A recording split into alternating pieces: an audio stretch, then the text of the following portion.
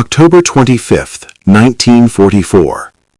Dawn came slowly over the Philippine Sea, the light thin and uncertain, filtered through scattered clouds and intermittent rain squalls. The water east of Samar lay unsettled, long swells rolling in from the Pacific. At 06:37 local time, aboard the Fletcher-class destroyer USS Johnston, hull number DD-557, the surface of the sea looked ordinary. The horizon did not.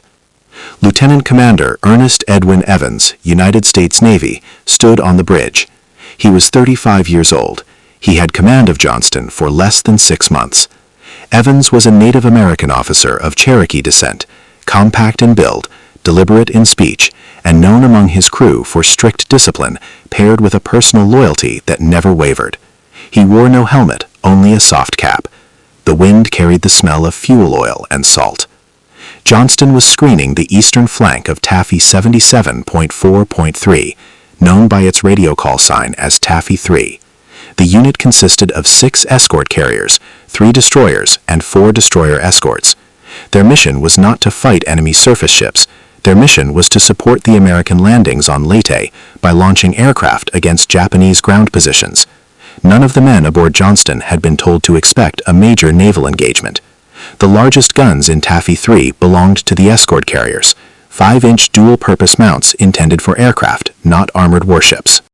Johnston herself carried 5 single 5-inch guns, 10 torpedo tubes, and thin steel plating, enough to stop splinters, not shells. She displaced just over 2,000 tons. Her top speed, under ideal conditions, was about 36 knots. She was fast, maneuverable, and fragile. At 6:37, the radar operator reported contacts to the northwest. At first, the blips seemed unreal, too large, too numerous. The initial assumption was that they were friendly ships, part of Admiral Housey's Third Fleet. That assumption lasted less than a minute. By 6:45, visual confirmation was made. Lookouts could see pagoda masts and heavy superstructures silhouetted against the morning light. The shapes were unmistakable to trained eyes. Battleships. Heavy cruisers. A Japanese surface force was closing fast, moving south through the San Bernardino Strait. This was Vice Admiral Takeo Kurita's center force, a formation that included 4 battleships, among them Yamato, the largest battleship ever built, 6 heavy cruisers, 2 light cruisers, and 11 destroyers. They outgunned Taffy 3 by a margin so extreme it bordered on the absurd. A Japanese officer aboard Yamato reportedly believed the Americans ahead were fleet carriers and cruisers. From a distance, escort carriers could resemble larger ships. That misidentification would not last long. On Johnston, Evans received confirmation from Taffy 3's flagship. The enemy force was real. The range was closing rapidly. There was no confusion about what this meant. Taffy 3 was directly between Kurita's battleships and the vulnerable transport ships unloading troops and supplies at Leyte Gulf. If Kurita broke through, he would find almost no resistance beyond these thinly protected escorts. Evans did not ask for orders. At 0650, he turned Johnston toward the enemy. The destroyer accelerated, engines driven hard. Black smoke poured from the stacks as engineers below deck pushed the machinery beyond normal cruising limits. The bow rose slightly as the ship cut into the swells. Johnston broke away from the screen and charged alone toward a formation of ships that outweighed her by more than 20 times. Evans' decision was immediate and irreversible. His intent was simple: delay the enemy, confuse their fire control, and buy time for the carriers to escape eastward. Every minute mattered. On the bridge, the range closed fast. 22,000 yards. 20,000. Japanese ships opened fire. The first salvos landed short, towering columns of water erupting around Johnston. Each splash sent shockwaves through the hull. The ship shuddered, but held course. At approximately 0700, a near miss slammed water against the starboard side with enough force to throw men off their feet. Shrapnel rained down. Evans ordered full rudder adjustments, weaving at high speed to throw off enemy aim. The ship's profile was small, but not small enough. By 0704, Johnston was within torpedo range. Evans ordered the port torpedo tubes trained. The target was a heavy cruiser, later identified as IJN Kumano. The range was just under 10,000 yards, long but workable given the spread. At 0710, Evans gave the order. 10 torpedoes left the tubes in rapid sequence, white wakes streaking toward the Japanese line. Johnston immediately turned away, laying smoke as she withdrew. Moments later, explosions tore into Kumano's bow. The cruiser's forward section was blown open, her speed dropped sharply, and she fell out of formation. One major unit had been neutralized. But Johnston had revealed herself. Japanese gunners shifted their attention. Heavy shells began falling closer.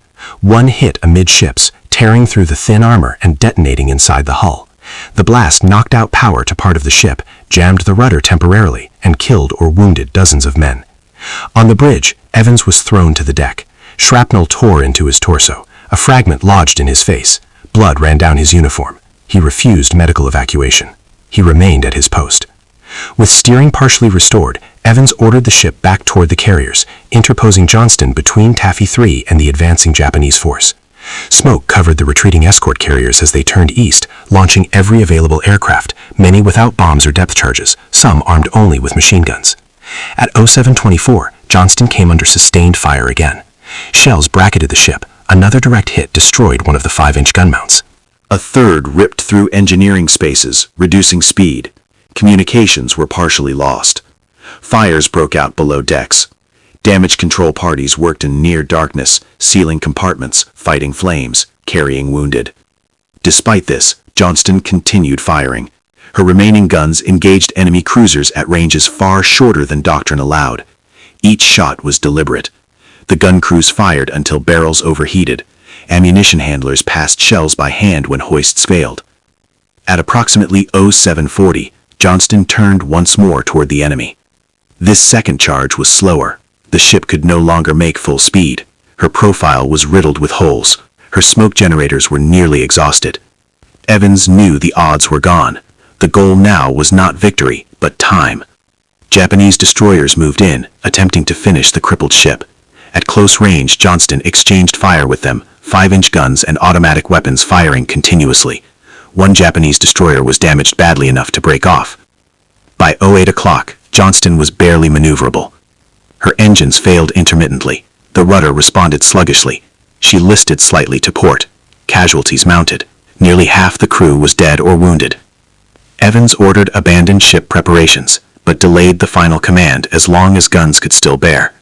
At approximately 0820, with the ship dead in the water and enemy fire closing in, Evans gave the order. Abandon ship. Men went over the side into oil-slicked water as the Japanese force passed by, now turning away under continued harassment from other American ships and aircraft. Johnston sank stern first at 10 degrees 10 N, 126 degrees 32 E. Lieutenant Commander Ernest Evans was last seen on the fantail, wounded, helping others into the water. He did not survive. The battle was not over, but the Japanese advance had been broken.